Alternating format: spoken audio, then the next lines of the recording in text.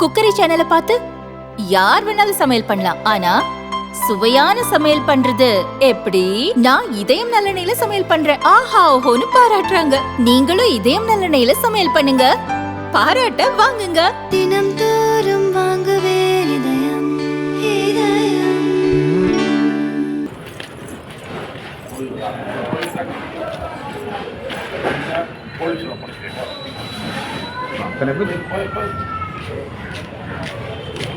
வராங்க கோயில் கடையில் போட்டுட்டு ஒரு கூட்டு பேசி கூட்டுவா அந்த இடம் கட்டி போட்டு உட்கார்ந்து இது சொன்னாங்க. எல்லாரும் சம்பளம்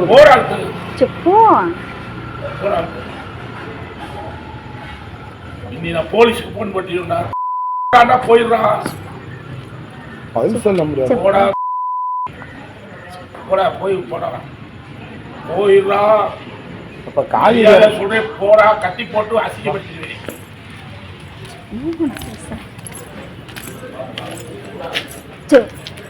அசிங்கமா பேசாதீங்கப்பா. அண்ணே என் பேர் கார்த்திக்னே. நான் எல்லிஸ் நகரில் நவசூர்தி கேட்ரிங் சர்வீஸ் வச்சு நடத்துகிறேன். எங்கிட்ட வந்து ஆர்டர் கொடுத்தாங்க. கரிமேடு லிமிட்டில் ஒச்சுபால் அவர் பேர், டிஎம்கேல அவைத் தலைவராக இருக்கார். அவர் வந்து எனக்கு அவர் கோயில் திருவிழாவுக்கு 10,000 பேர்த்துக்கு அன்னதானத்துக்கு எனக்கு ஆர்டர் கொடுத்தாங்க. நான் சமையல், பாத்திரம், காய்கறி எல்லாமே இறக்கி கொடுத்தேன். கடைசியாக சமைச்சு நல்லபடியாக சிறப்பாக செஞ்சாச்சு, எல்லாமே முடிச்சாச்சு. சமைச்சு முடிச்சுட்டு நான் போய் சாயந்தரம் பணம் கேட்குறப்ப, நீ இன்ன பையன் ஜாதி இந்த ஜாதிடா நீ போடா அப்படின்னு எங்கள் அம்மாவை என்னை மரியாதை இல்லாமல் பேசி, என்னையை தாழ்த்தி பேசி, என்கிட்ட வேலைக்கு வந்து 55 பேர் என் தாழ்வுறவாக பேசி ரொம்ப கேவலப்படுத்தி வெளியே போட அடிப்போம்ன்றாங்க. சரி இன்றைக்கி கோபமாக இருப்பேன், அடுத்த நாள் போனோம். எல்லா நாளுமே இதே நாள், இதோட 4வது நாள் ஆச்சு. எல்லா பக்கம் அசிங்கப்படுத்தி எங்களை கேவலப்படுத்துகிறாங்க. இப்போ என்ன சொல்கிறாங்க, நீ வந்தையா உன் மேலே திருட்டு கட்டம் கட்டி அவனை தூக்கி உள்ளே வைப்போம் அப்படின்றாங்க. செல்வாக்கு இருக்குது அவங்களுக்கு. நாங்கள் கரிமேடு ஸ்டேஷனில் போய் நான் கம்ப்ளைண்ட் பண்ணேன், வாய் மூலியமாக கம்ப்ளைண்ட் பண்ணேன். கம்ப்ளைண்ட் பண்ணுறப்போ அவங்க என்ன சொல்லிட்டாங்க, இவன் ஏற்கனவே இப்படி தான்ப்பா திருட்டு பையன்பா, நீ வெட்டி அங்கே போகாதப்பா, அந்த காசு போனால் போயிட்டு போது போடான்றாங்க. இப்போ என்னை சார்ந்தவங்களுக்கு எனக்கு எல்லாத்துக்குமே நான் பதில் சொல்ல முடியல. நான் ஒருத்தன் தான் இருக்கேன். நான் வந்து ஒரு பாமர மக்கள், ரொம்ப கஷ்டப்படுற குடும்பத்திலேருந்து, எனக்கு தாய் தகப்பை 2 பேரும் இல்லை. நான் ஒரு அனாதை. எனக்கு இருக்குது மனைவி மட்டும்தான், சரிங்களா. 2 பிள்ளைங்க, பச்சை பிள்ளை 2 பிள்ளைங்க, சரிங்களா. யாருமே இல்லை. இத்தனை பேர்த்துக்கு நான் பதில் சொல்ல முடியாது. காய்கறி வாங்கின இடத்துக்கு 55 பேர் வேலை பார்த்தாலுக்கு நான் பதில் சொல்ல முடியாது. இன்றைக்கி எனக்கு இதுக்கு ஒரு தீர்வு கிடைக்கணும். இந்த கலெக்டர் ஐயாட்ட வந்து நம்பி வந்திருக்கேன். இந்த ஐயா கிட்ட எனக்கு நீங்கள் பணம் தர வேணாம், இந்த கலெக்டர் ஐயாட்டே வந்து பணத்தை ஒப்படைக்கிட்டோம். அவங்களே யாரும் பார்த்து கொடுக்கட்டும். எனக்கு இதில் 1 ரூபா, நான் உழைச்ச கஷ்டப்பட்ட காசு எனக்கு 1 ரூபா எனக்கு வேண்டாம். எனக்கு கொடுக்க வேண்டிய மொத்த தொகை 2,32,100 ரூபா. ஆனால் அட்வான்ஸு 1,05,000 ரூபா நான் வாங்கியிருக்கேன். அது அவங்க காசு எனக்கு வேணாம். மிச்ச காசு எனக்கு 1,27,100 ரூபா தரணும். அந்த காசு எனக்கு வந்தால் போதும். என் சம்பளம் எனக்கு வேணாம். என்னை நம்பி வேலை பார்த்தவங்களுக்கு எல்லாத்துக்கும் நான் சம்பளம் கொடுக்கணும். காய்கறி முக்கிய பிரமுக அன்னதானத்தில் நான் 10 மணிக்கு அன்னதானம் இருக்கிறப்ப தளபதி வந்து தான் அன்னதானத்தை ஓப்பன் பண்ணி வச்சார். எம்எல்ஏ தளபதி அவர் தான் வந்து அன்னதானத்தை ஓப்பன் பண்ணி வச்சார். அந்த மனுஷனுக்கு தெரியும், அவர்கிட்டே கேளுங்க. அந்த மனுஷன் உண்மையிலே ஒரு நியாயமான மனுஷன். டிஎம்கே ஆட்சியில் மக்கள் விடியல் ஆட்சின்றீங்க. இது விடியல் ஆட்சியா இல்லை? இது விடியல் ஆட்சியா? 10,000 பேருக்கு சோறாக்கிப்பட்டல, என் மனசு எப்படி வேதனை இருக்கும்? 55 பேர் வேலை பார்த்தாங்களா, அவங்களுக்கு எவ்வளோ வேதனை இருக்கும்? இது விடியல் ஆட்சியா? அந்த மனுஷன் ஓப்பன் பண்ணி வச்சார்ல, அந்த மனுஷனுக்கு தெரியாதா? நீங்கள் கேளுங்க. இப்போ என்ன சொல்கிறாருன்னா, நான் போய் 3 நாள் ஆச்சு. நேற்று சாயந்தரம் குற்ற மலையில் நானும் என் பொண்டாட்டியும் காலில் விழுந்து கேட்டோம், நீ போடா அடிப்பேன், நான் திமுக உனக்கு குன்றுவேன், உன்னால் என்ன செய்ய முடியுமா செஞ்சுக்கூடான்றாங்க. கட்டி வச்சு அடிப்போம்ன்றாங்க. அதுக்கான வீடியோ முதற்கொண்டு என்கிட்ட இருக்குது, எல்லாமே இருக்குது. என்னை கேவலப்படுத்துகிறாங்க, என் ஜாதியை பற்றி பேசுகிறாங்க அப்படின்னு வைக்கிறாங்க. என்னை அவ்வளோ கேவலப்படுத்துகிறாங்க. இது அந்த தெருவுக்கே தெரியும். 3வது படிக்கிற அந்த தெருவில் அந்த 3வது படிக்கிற ஒரு பையன் கூப்பிட்டு சொல்கிறான், அண்ணே இவனை நம்பி வந்துட்டேனேன். சாம்பாரில் உப்பு கம்மியாக இருந்துச்சான், அடுத்த செகண்டு உப்பு போட்டோம். இது ஒரு குத்தமாங்க? அதனால காசு தர மாட்டேனா? ஆமாம், நான் சாம்பாரில் உப்பு இல்லைன்னு சொன்னாங்க, சரி பண்ணிட்டோம். அடுத்த செகண்ட் பந்தியில். ஆனால் பாத்திரம்லாம் கழுவி முடிச்சு 4 மணிக்கு பந்தி, பாத்திரம் கழுவி எல்லாம் முடிச்சதுக்கப்புறம், நீ இன்னும் ஜாதிடா, உனக்கு நான் பணம் தர மாட்டேன்டா, உன்னை நம்பி நான் தெரியாமல் கொடுத்துட்டேன்டான்றாங்க. ஜாதியை பார்த்தா நீங்கள் சோறு சாப்பிட்றீங்க? விவசாயி எந்த ஜாதின்னு பார்த்தா நீ அரிசி வாங்கி திங்கிற?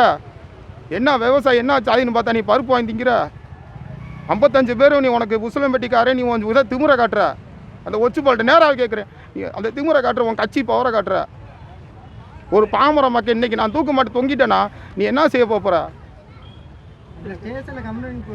போலீஸ் ஸ்டேஷனில் போய் கம்ப்ளைண்ட் பண்ணேன் கரிமேட்டில் கம்ப்ளைண்ட்டில் எழுத்து வாய் மூலியமாக போய் ஐயான்னு போய் விழுந்ததுக்கு என்ன சொன்னாங்க தெரியுமா இவன் பெரிய கொலை கேஸுக்காரன்டா இவன் மேலே 1008 கேஸ் இருக்குடா உன்னை கொன்றுவாங்கடா போடான்னாங்க என்னைய விரட்டி அனுப்புகிறாங்க நீங்கள் இப்போ ஐயா ஸ்டாலின் ஐயா அவங்ககிட்ட கையெடுத்து கும்பிட்றேன் என்னை மாதிரி கஷ்டப்படுற குடும்பத்தை கொடுமைப்படுத்தாதீங்க இந்த மாதிரி கட்சிக்காரங்க கீழ் ஜாதி எங்களை மாதிரி கீழ் ஜாதியில் இருக்கிற ஆளுகளை அப்புறம் ரொம்ப கொடுமைப்படுத்தாங்க நாங்களாம் அன்றாட 100 200 சம்பளத்துக்கு வேலைக்கு வர ஆளுங்க அவர் மேலே நடவடிக்கை எடுங்கய்யா எனக்கு அந்த காசு என்னை தேடி வரணுங்கய்யா என் சம்பளம் வேணாங்க என்னை நம்பி வந்தவங்களுக்கு என்னை கடை வாங்கினக்குலாம் கொடுக்கணும்யா ஐயா ஸ்டாலின் ஐயா இதுக்கு நீங்கள் ஒரு முடிவு எடுத்து எல்லாத்தையும் பண்ணி கொடுங்க ஐயா அந்த கலெக்டர் ஐயாட்டையும் காலில் விழுகிறேன் என் பேர் கார்த்திக்யா எல்லிஸ் நகர்லேருந்து அன்னைக்கு அவர் ஒச்சு பண்ண காலில் கூட விழுது யாரை கூட என்னை நடிக்கிறான்னு கேட்குறாரு என்ன தப்பு பண்ண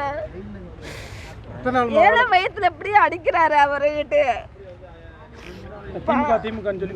திமுக கட்சியை வச்சு மிரட்டுறாரு நாங்களாம் இல்லாதவங்க எங்களை உங்களுக்கு யார் வருவா சப்போர்ட்டுக்குன்னு கேட்குறாங்க நேற்று மலையில் நனைஞ்சு நானே வீட்டுக்காரர் நிற்கிறேன் வீட்டுக்காரர் அவ்வளோ அசியசியமாக பேசுகிறாரு ஓ வீட்டுக்காரை கூட்டிகிட்டு போ இல்லாட்டி இப்படியே நான் ஏதாவது கலவாணிப்பட்ட சுமத்தி நான் உள்ளே அப்படியே கம்ப்ளைண்ட் பண்ணிடுவேன் அப்படின்றாங்க அப்படின்னு என் வீட்டுக்காரர் என்ன தப்பு பண்ணாங்க எங்கள் சம்பளத்தை கொண்டு கேட்டால் சம்பளம்லாம் தர முடியாது போ அப்படின்னு சொல்லிட்டாங்க 1,00,000 அவருக்கு தான் வீட்டுக்காருக்கு தான் எவ்வளோன்னு தெரியும் எனக்கு தெரியாது நாங்கள் 50 பேருங்க சார் 50 பேர் பொம்பளை 55 பொம்பளாலும் ஆம்பளாலும் 10,000 பேருக்கு இவ்வளோ பேர் போட்டு தான் சார் நாங்கள் வேலை பார்க்க முடியும் நான் பணம் கொடுக்காததுக்கு என்ன பிரச்சனை ஆகுது உங்களுக்கு வேலை பார்த்தவங்களாம் காசு கேட்குறாங்க 3 நாள் பதில் சொல்லணும்ல சார் பேசாமல் எங்கள் வீட்டுக்காரர் பேசாமல் நம்ம செத்துருவான்னு சொல்கிறாங்க எல்லாரும் வந்து 40 பேர் நிற்கிறப்ப தெருவில் என்னன்னு கேட்குறாங்க எங்களால் பதில் சொல்ல முடியல அசிங்கமாக இருக்குது வேலை பார்த்த காசு தான் சார் நாங்கள் கேட்குறோம் நாங்கள் எங்களுக்கு கூட வேணும் சார் சமையல் கான்ட்ராக்ட் தானே கூப்பிட்டாங்க அப்புறம் எப்படி இந்த பலசரக்குலாம் வாங்க சொன்னார் அதை சொல்லுங்க அதுக்கு ஐயா 13ஆம் தேதி அன்னதானம் எங்ககிட்ட முதல்ல பேசுனது சமையல் கான்ட்ராக்ட் மட்டும்தான்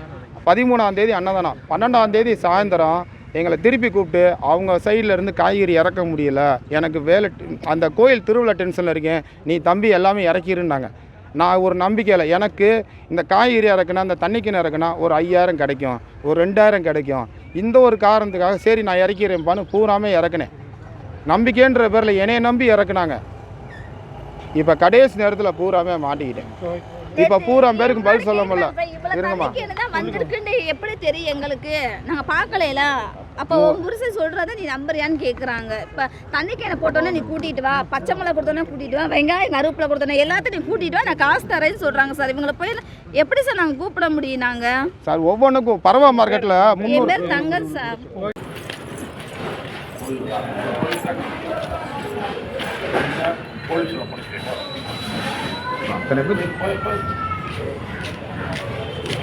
வராங்க கோயில் காரியங்களை போட்டுட்டு ஒரு கூட்டு பேசி கூட்டுவா அந்த இடம் கட்டி போட்டு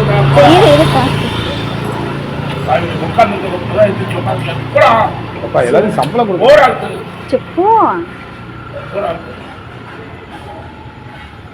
இன்னி நான் போலீஸுக்கு போன் பண்ணிருந்தா போயிடுறான் பதில் சொல்ல முடியாது போடா போடா போயிடுறா இப்போ காய்கறி சுடே போடா கட்டி போட்டு அசிங்கப்படுத்தி